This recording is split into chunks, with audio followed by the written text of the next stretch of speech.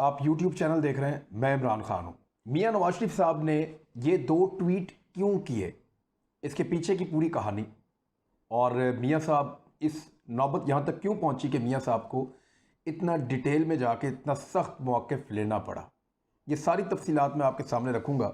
मुलाकात कैसे हुई, कब हुई, किस माहौल में हुई, उसका बैकग्राउंड क्या था और मियां साहब का एक्चुअली शिकवा क्या है। तो सबसे पहले उसके लिए समझना पड़ेगा, कुछ बड़ी अहम खबरें मैं आपको देने वाला हूँ। सबसे पहले आपको ये समझना पड़ेगा कि मियां नवाज शरीफ साहब की जो ट्वीट्स हैं उनमें वो कहना क्या चाह रहे हैं। तो 2 ट्वीट्स उन्होंने किए जिनके ऊपर पूरा पाकिस्तान का मीडिया जो है उनको इसके ऊपर बात करनी पड़ी, और रियासती इदारे जो हैं, ख़ासतौर पर पाकिस्तान की फ़ौज, वो दोबारा से लाइमलाइट में आई और उसको पॉलिटिकल डिस्कशन के अंदर जोड़ा गया। अब आप सबसे पहले देखें कि जो पहली ट्वीट है उसमें मियां साहब क्या कह रहे हैं। हालिया वाक़यात से एक बार फिर साबित होता है, यानी मियां साहब बता रहे हैं कि एक चीज़ है जो साबित हुई है हालिया वाक़यात से, कि किस तरह बाज़ मुलाकातें 7 पर्दों में छुपी रहती हैं और किस तरह बाज़ की तशहीर करके मर्ज़ी के मानी पहना दिए जाते हैं। अब ज़रा गौर करें मियां साहब क्या कह रहे हैं। पहला शिकवा कि कुछ मुलाकातें छुपी रहती हैं और कुछ मुलाकातें बाहर बता दी जाती हैं, उनको छुपाया नहीं जाता बल्कि उनको खोल दिया जाता है। फिर गौर करें, वो ये बता रहे हैं कि किस तरह कुछ मुलाकातें छुपी रहती हैं और कुछ मुलाकातें जो हैं उनको ओपन कर दिया जाता है। ये मियां साहब का पहला शिकवा है, यानी अगर ये मुलाकातें ओपन ना की जाती तो फिर कोई शिकवा नहीं था। बात को अंडरस्टैंड कीजिए। मियां साहब कह रहे हैं कि बाज़ मुलाकातें 7 पर्दों में छुपी रहती हैं और किस तरह बाज़ की तशहीर करके मर्जी के मानी पहनाए जाते हैं। ये खेल अब बंद होना चाहिए।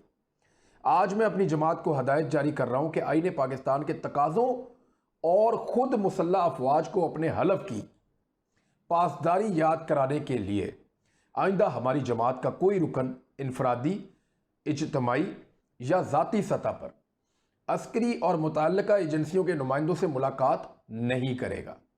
कौमी दिफा और आईनी तकाज़ों के लिए ज़रूरी हुआ तो जमाती क़यादत की मंजूरी के साथ ऐसी हर मुलाकात एलानिया होगी और उसे खुफिया नहीं रखा जाएगा।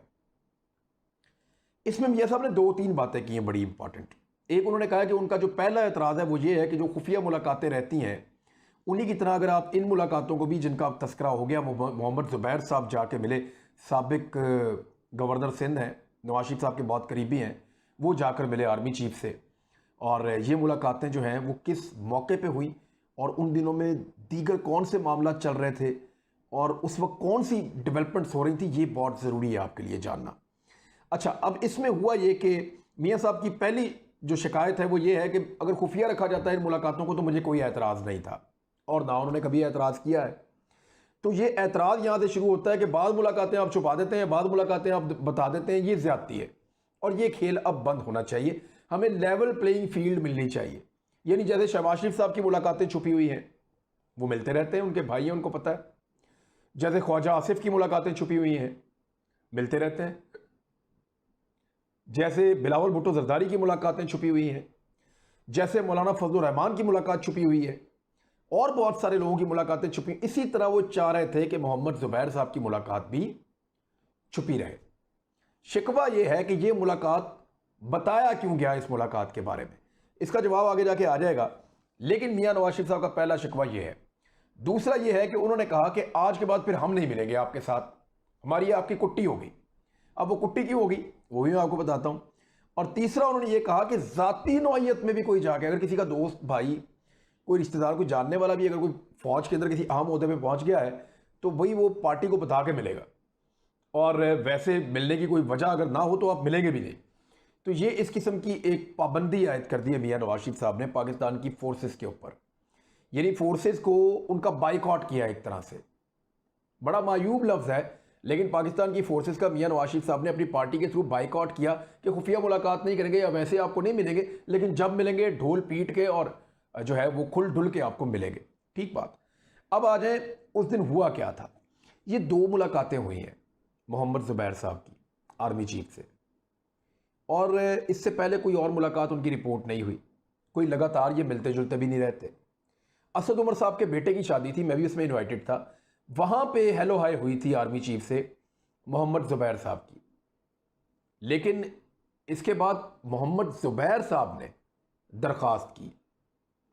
मैं आपको जिम्मेदारी के साथ कह रहा हूं कि आर्मी चीफ से बिलावल भुट्टो जरदारी साहब मिले हो, आर्मी चीफ से चाहे शहबाज शरीफ साहब मिले हो, आर्मी चीफ से मौलाना फजल रहमान साहब मिले हो, आर्मी चीफ से मोहम्मद ज़ुबैर साहब मिले हो या कोई और लीडर, ये जितने लोग आर्मी चीफ से मिले ये सारे ज़ाती तौर पे खुद दरख्वास्त करके मिले। आर्मी चीफ ने खुद से किसी को दावत देकर नहीं बुलाया और ना वो किसी को मिलने के लिए उसके घर गए। यहां ये हुआ है कि इन तमाम लोगों ने आर्मी चीफ से रिक्वेस्ट की और जब उनकी तरफ से अप्रूवल आई तो ये अपने टाइम पे जाके इन्होंने आर्मी चीफ से मुलाकात की। इसी तरह ये दो मुलाकातें जो हुई इनमें पहली चीज़ ये है कि मोहम्मद ज़ुबैर साहब खुद गए मुलाकात करने के लिए। अब पॉलिटिकल आदमी है, वो पॉलिटिक्स पे बात करेंगे और उन्होंने खुद इसको कंफर्म किया है। उन्होंने कहा कि हमने सियासत पे भी बात की, मईशत पे भी बात की और नवाज शरीफ साहब पे भी बात की और मरीम नवाज साहब पे भी बात की। और यही बात जो है वो डीजी जो ISPR हैं उन्होंने भी यही बताया। DG ISI उस मुलाकात में मौजूद थे और उन्होंने इनसे 3-4 दफ़ा पूछा कि आप कहना क्या चाह रहे हैं या आप चाहते क्या है। तो उसके जवाब में मोहम्मद ज़ुबैर साहब ने यह बताया कि मैंने उनसे कहा कि मैं कुछ भी नहीं, लेकिन ये वहाँ पे पैगाम रसानी इस तरीके से की जाती है पॉलिटिक्स में, आप मांगते भी नहीं लेकिन आप मांगते भी हैं, आप बताते भी नहीं लेकिन आप अपना मकसद भी सामने रखते हैं कि देखिए तबाह हो गए, बर्बाद हो गए, इससे तो मियाँ साहब अच्छे थे, देखिए उनके साथ कितनी ज्यादती हुई, देखिए उनके साथ कितना जुल्म हुआ, देखिए उनकी फैमिली के साथ क्या हो रहा है, देखिए उन केसों में उनको घसीट रहे हैं जो बहुत पुराने हैं। तो जब आप इस तरह बात करते हैं, बार बार बात करते हैं, तो एक्चुअली आपका मकसद ये होता है कि हमें कोई रिलीफ मिले। अब DG ISPR ने बताया कि मियाँ साहब के नुमाइंदा जब वहाँ पे गए मोहम्मद ज़ुबैर साहब, तो फिर जो जवाब दिया आर्मी चीफ ने, उन्होंने ये कहा कि जो अदालती मामलात हैं वो आप अदालत में देखें, कानूनी मामलात, और जो सियासी मामलात हैं जाके आप पार्लियामान में और अपने सियासी प्लेटफॉर्म पे देखें। मेरा सियासत से कोई लेना देना या फौज का सियासत से कोई लेना देना नहीं है। ये जवाब उन्होंने दिया, इस पे PMLN को यकीन नहीं आता और ना आएगा। वजह यह है कि PMLN पहले दिन से ये समझती है कि हमारे ऊपर जितना कुछ हुआ, हमारे जितना बड़ा पॉलिटिकल हमारा लॉस हुआ, हमारी हुकूमत चली गई, मियाँ साहब नायल हो गए, वो उसमें अपनी करप्शन को नहीं देखते। वो उसमें ये नहीं देखते कि यानी इसी करप्शन के साथ ही तो उन्होंने इतनी सारी हुकूमतें की हैं। वो ये नहीं देखते कि उनके ऊपर केसेस बने, पनामा लीक्स आई। वो ये देखते हैं कि ये सारा कुछ तो था लेकिन फिर भी हम इक़्तिदार में थे। लेकिन ये क्या हो गया अचानक के वो सारी करप्शन वहीं पे मौजूद थी लेकिन हम इक़्तिदार में नहीं थे, हमसे एकदम एस्टेब्लिशमेंट ने हाथ खींच लिया। तो मियाँ साहब का शिकवा है एस्टेब्लिशमेंट से और इवन अदालतों से भी है कि मुझे वो रिलीफ नहीं दिया जो मैं डिज़र्व करता था या जो मुझे दिया जाता था या जो माजी में मुझे दिया जाता था। अब ये मुलाकातें किस मौके पे हुई, ज़रा ये तारीखें आप नोट कर लें। एक तो अगस्त के आखिरी हफ्ते में मुलाकात हुई और एक मुलाकात हुई सितंबर की 7 तारीख को। ये 2 तारीखें बड़ी अहमियत की हामिल हैं। मैंने एक वीलॉग किया था जिसमें बहुत सारे लोग बोल रहे थे कि ये क्या हो गया, ये आप क्या बात कर रहे हैं, ये कैसे हो सकता है। उसका टाइटल था कि नवाज शरीफ को शायद हीरो बनाने की तैयारी है। और उसके अंदर मैंने ये बताया था कि नवाज शरीफ साहब ने और मरीम नवाज साहिबा ने और नैब ने एक दूसरे के खिलाफ मुख्तलिफ अपीलें दायर कर रखी हैं हाई कोर्ट्स में। मिसाल के तौर पे अल अजीजिया केस में नवाज शरीफ साहब को 7 साल की सज़ा हुई है। नवाज शरीफ साहब ने इस केस में अपील की थी कि मेरी सज़ा ख़त्म कर दी जाए। नैब ने इसी केस में अपील की थी कि जी 7 साल से बढ़ा के 14 साल कर दी जाए। 2 अपीलें हो गई। एवनफील्ड रेफरेंस में नवाज शरीफ साहब ने अपनी जो 10 साल की सज़ा है वो ख़त्म करने की अपील की हुई थी। मरीम नवाज साहिबा ने इसी एवनफील्ड रेफरेंस के अंदर जो उनको सज़ा हुई है 60 साल की वो ख़त्म करने की अपील की हुई थी। तो ये हो जाती हैं 4 अपीलें। फिर एक और नैब की अपील थी जिसमें अरशद मलिक ने फ्लैगशिप रेफरेंस में नवाज शरीफ साहब को बरी कर दिया था, जो बहुत अजीब चीज़ थी उस वक्त की। यानी सब हैरान हो गए थे कि अरशद मलिक ने ये क्या किया, ये तो केस बड़ा मजबूत था। तो फ्लैगशिप रेफरेंस में जो बरीयत हुई है मियां नवाज शरीफ साहब की, उसमें भी अपील की हुई थी। ये सारी अपीलें 24-25 तारीख को हमारे पास एक खबर आई अगस्त में कि ये सारी अपीलें एक साथ लग गई हैं अदालत में और इन सारी अपीलों को 1 सितंबर को सुना जाएगा। उस वक्त मैं बतौर रिपोर्टर जो है वो मेरे लिए परेशानी की बात थी, हैरानी की बात थी कि एकदम जो केसेस हमारी अदालतों में बड़े लंबे चलते हैं, एकदम जो केसेस हमारी अदालतों में डिले में पड़े रहते हैं, वो सारे इकट्ठे हो गए और एक साथ आके एक ही दिन में लग गए। यानी नवाज शरीफ साहब की 2 अपीलें, मरीम नवाज की 1 अपील और नैब की 2 अपीलें, ये 5 अपीलें इकट्ठी करके 1 सितंबर को लगा दी गई। तो मुझे ऐसा लगा कि शायद कुछ हो रहा है और कुछ ऐसा है जिसकी पर्दादारी है और कुछ शायद मैनेज होना शुरू हुई चीज़ें। मैं ये नहीं कह रहा कि अदलिया को मैं कोई इल्ज़ाम ठहरा रहा हूँ या एस्टेब्लिशमेंट को या कुछ और, लेकिन एक रिपोर्टर है वो इसी तरह सोचता है, वो हर चीज़ को शक की नज़र से देखता है। तो मैं इसको देख रहा था ऐसे। इस हेयरिंग से पहले मोहम्मद जुबैर साहब जाकर मिले हैं आर्मी चीफ से। टाइमिंग बड़ी इंपॉर्टेंट है, टाइमिंग बहुत इंपॉर्टेंट है। इस हेयरिंग से पहले मोहम्मद जुबैर साहब आर्मी चीफ के पास जाते हैं। आर्मी चीफ उनको कहते हैं कि कानूनी मामलात अदालत में देखिए और सियासी मामलात पार्लिमान में देखिए। फिर हेयरिंग होती है यकम को, और उस हेयरिंग के अंदर मियां नवाज शरीफ साहब को वापस बुलाने के लिए कहा जाता है कि आप वापस आएँ, आकर सामना करें अपने केसेस का, वरना आप एक इश्तेहारी हैं, वरना आप एक मफरूर के तौर पे कैसे हम आपकी अपील को सुन सकते हैं। अब 2 अपीलें तो आपकी हैं, हम कैसे सुने आपकी अपील को? यानी एक आदमी आ नहीं रहा अदालत में, अपने आप को सरेंडर नहीं कर रहा, उसकी अपील कैसे सुने? तो उस पर यह बहस होती रही वहां पे कि आप खुद से सुन लें, हमारे मौकिल नहीं आ सकते। वुकला ने कहा, मेडिकल रिपोर्टें पेश की गई, उन पे मैंने अलग से आपको बताया कि वो मेडिकल रिपोर्टें जाली हैं और किस तरह बनाई गई हैं, वो सारा कुछ मैंने आपको बताया। जिसको नहीं समझ आई वो पीछे जाके वीडियोस में देख ले कि मियाँ साहब की असली रिपोर्टें कहाँ हैं और वो क्यों नहीं अभी तक आ रही। अब हुआ ये कि जब वो पेशी गुजर गई तो उसके बाद मोहम्मद जुबैर साहब अगली पेशी से पहले, अगली पेशी गालिबन 9 या 10 तारीख को थी सितंबर की, अगली पेशी से 2 दिन पहले 7 सितंबर को दोबारा आर्मी चीफ से जाकर मिले। इस मरतबा DGISI भी बैठे हुए थे। अब दोबारा जब बातचीत, देखिए अगर आपकी पर्सनल मीटिंग है, कोई गपशप है, तो आपकी एक मीटिंग होती है और आप सारी गपशप कर लेते हैं। दोबारा जाकर मिलना और टाइमिंग का उसके साथ मैच करना, ये बहुत इंपॉर्टेंट था। मोहम्मद जुबैर साहब, कुछ अब सहाफ़ियों ने मुझे इसके बाद इंफॉर्मेशन दी है, मैंने मुख्तलिफ जगहों से इकट्ठी की है, उनके बकौल शहबाज शरीफ साहब जब जब आर्मी चीफ से मिलते थे या नवाज शरीफ साहब का कोई और नुमाइंदा मिलता था, तो वो नवाज शरीफ साहब को उम्मीद दिए रखता था कि कुछ हो रहा है, सब्र करें, करते हैं, बात बन जाएगी, अब इदारे मान रहे हैं, हम मैनेज कर लेंगे, आपके केसेस ख़त्म हो जाएंगे और आपके मामलात को सीधा करने की कोशिश कर रहे हैं। मरियम नवाज साहिबा भी बाहर आ जाएंगी, इलेक्शन से पहले आप लोगों का माहौल बन जाएगा, वापस आ जाएंगे। इमरान खान से फ़ौज बहुत तंग है, 5 साल पूरे नहीं करने देगी। इस किस्म की चीज़ें मियाँ नवाज शरीफ साहब तक पहुँचाई जाती थी ताकि उनकी उम्मीद कायम रहे और ये मुलाकातें चलती रहें। चौधरी निसार अली खान साहब कहते थे कि सियासत नाम है बंद गली में रास्ता निकालने का, तो ये इस तरह की उस चीज़ों पे चल रहे थे। मोहम्मद जुबैर साहब नवाज शरीफ साहब के और मरियम नवाज साहिबा के वो वफादार और काबिल एतमाद साथी हैं जिन पे वो पूरा एतबार कर सकते हैं, और वो इतने एक्सेप्टेबल भी हैं कि आर्मी चीफ के पास जाके मुलाकात भी कर सकते हैं। उनका एक सियासी कद भी है, वो गवर्नर सिंध रह चुके हैं, लिहाजा उनका इंतखाब किया गया और वो जाके आर्मी चीफ से मिले। मोहम्मद जुबैर साहब ने मियाँ नवाज शरीफ साहब से और मरियम नवाज साहिबा से, मेरे पास जो इतलात है उनके मुताबिक, कोई झूठ नहीं बोला। उन्होंने उनको जाके बिल्कुल साफ और क्लियर बताया कि जो आर्मी चीफ हैं उन्होंने अपने आप को इन सारे मामलात से अलग रखा है।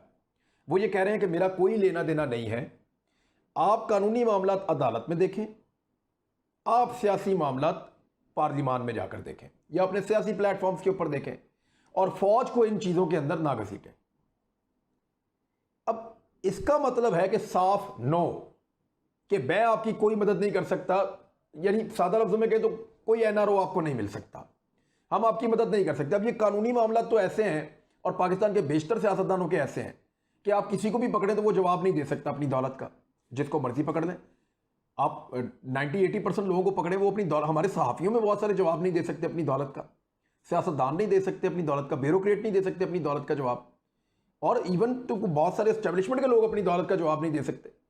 तो जवाब देना बहुत मुश्किल है कि मेरे पास ये दौलत कहाँ से आई, और उसको जस्टिफाई करना उससे भी ज़्यादा मुश्किल है। तो मियाँ नवाज शरीफ साहब और इनकी फैमिली के लिए फिर ये एक बहुत बड़ा नो है कि NRO नहीं मिल रहा आपको। तो फिर अदालतों के अंदर केस कैसे जीतेंगे? वो तो जीतने के काबिल नहीं है, उनमें तो पहले ही सज़ा हो चुकी है, और दोबारा अदालतें कैसे उसके अंदर आपको बरी कर देंगी? फिर अदालत के ऊपर कोई दबाव भी नहीं डाला जा सकता। इस वक्त नैब वैसे ही काबू नहीं आ रहा, बात नहीं मान रहा। तो जो आखिरी उम्मीद थी मियाँ नवाज शरीफ साहब की या इस फैमिली की, वो ये थी कि मिलिट्री एस्टेब्लिशमेंट उनको हाथ पकड़ के इन चीज़ों में से ऐसे निकाले जैसे माजी में निकालती रही है। यानी यही मियाँ नवाज शरीफ साहब की पॉलिटिकल पार्टी है जिसने फॉरवर्ड ब्लॉक बनाया और उसमें इनकी पूरी मदद की गई। यही वो पार्टी है 2013 में इनको पूरा इलेक्शन जितवाया गया। यही वो पार्टी है जिन्होंने अदलिया बहाली की तहरीक चलाई और वो बिल्कुल एक फिक्स मैच था जिसके तहत वो अदलिया बहाल हुई। यही वो पार्टी है जिनको काफ लीग का फारूक ब्लॉक बनवा के पीपल्स पार्टी की हुकूमत पंजाब में बनाने के बजाय इनको हुकूमत बनाकर दी गई। यही वो पार्टी है जो हमेशा से इनसाइड मीटिंग्स करती रहती है। मियां नवाज शरीफ साहब के खुद मेमो गेट स्कैंडल के अंदर उन्होंने फौज का पूरा मुकदमा लड़ा जाके पीपल्स पार्टी के खिलाफ, और गिलानी साहब को वो खुद मुतालबा करते रहे कि आप रिजाइन दे के जाएं। तो एक बहुत लंबी हिस्ट्री है इस पॉलिटिकल पार्टी की। शहबाज शरीफ साहब खुद अभी कहते रहे कि मेरे राब्ते हो गए हैं, मेरे ताल्लुकात बन रहे हैं। इवन शहबाज शरीफ साहब ने कहा कि मुझ तक पैगाम पहुंचा, मैं तो अपनी कैबिनेट डिसाइड कर रहा था वजीर आजम बनने के लिए।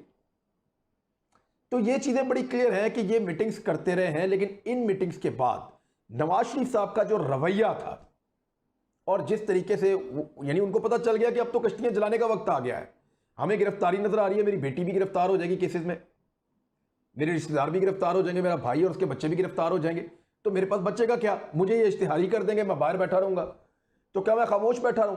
तो उनका एक पॉलिटिकल उन्होंने फैसला किया कि मैं इतना जोर से बोलूं कि लोगों को लगे कि नवाज शरीफ के बोलने की वजह से इन सबको गिरफ्तार किया जा रहा है। हालांकि जो केसेस हैं वो इस नौयत के हैं कि उसके अंदर ये सारे गिरफ्तार हो जाएं। मैंने पढ़े हैं, मैंने एक एक मरियम नवाज साहबा का जो नया केस है वो भी पढ़ा है, शहबाज शरीफ साहब का टीटी स्कैंडल है पूरा, मैंने एक एक जुमला, एक एक लफ्ज, एक एक सबूत देखा, मैंने पढ़ा है। मैंने हमजा शहबाज साहब के केसेस पढ़े हैं, नवाज शरीफ साहब के केसेस देखे। इन केसेस में बचता नहीं है बंदा, इन केसेस को लंबा किया जा सकता है, बचना जो है वो मुश्किल ही नहीं नामुमकिन है। अगर आपको कोई इसमें से निकाल ले तो निकाल ले। तो ये वजह बनी नवाज शरीफ साहब का गुस्से में बोलने की, और उसके रद्द-ए-अमल के तौर पे ये खबर बाहर आ जाती है कि जनाब मियां मोहम्मद नवाज शरीफ साहब के नुमाइंदे मोहम्मद जुबैर साहब ज़ाती रिक्वेस्ट पे 2 मरतबा आर्मी चीफ से मिले, और उसमें उन्होंने मरियम नवाज और नवाज शरीफ के बारे में बात की, लेकिन आर्मी चीफ ने उनको कहा कि कोई एनआरओ आपको नहीं मिल सकता। ये उन्होंने इसलिए बताया कि नवाज शरीफ के गुस्से की असल वजह लोगों के सामने आए कि एक्चुअली ये हमसे रात की तारीकी में कुछ और मांग रहे थे, हमने वो देने से इनकार किया तो ये अब हमारे गले पड़ गए हैं। फौज ने एक्चुअली ये चीज अब खोल के रख दी है। तो नवाज शरीफ साहब का जो गिला है वो अपनी जगह पे है कि बाद मुलाकातें नहीं खुली जाती और बाद मुलाकातें खोल के रख दी जाती हैं। तो अगर उनकी इस ख्वाहिश की तकमील हो गई और सारी मुलाकातें खोल के रख दी गई तो बहुत सारे सियासतदान मुंह दिखाने के काबिल नहीं रहेंगे। अब तक के लिए इतना ही। अपना ख्याल रखिएगा, हमारे चैनल का भी। अल्लाह हाफ़िज़।